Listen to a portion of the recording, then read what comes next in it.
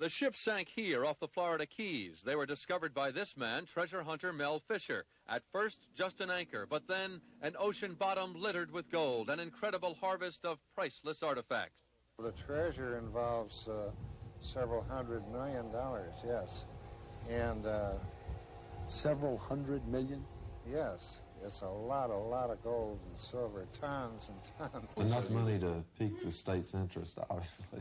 Florida Attorney General Jim Smith says there's a state law that says, at least in Florida, finders aren't always keepers. The state gets 25%.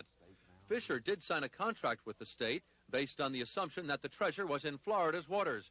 But in 1975, the courts ruled the boundary had changed, placing the treasure in international waters. Fisher says the contract is invalid. They haven't spent a dime and they haven't done any work out there.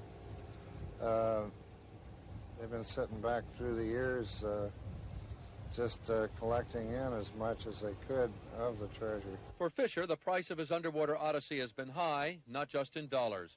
In 1975, his son and daughter-in-law were killed when their boat caught fire and capsized. And although the fight over who gets the gold has been going on for nearly a decade, the immediate issue facing the Supreme Court is which court Fisher should be suing in. Who gets what comes later. Fisher says he's not in it just for the money.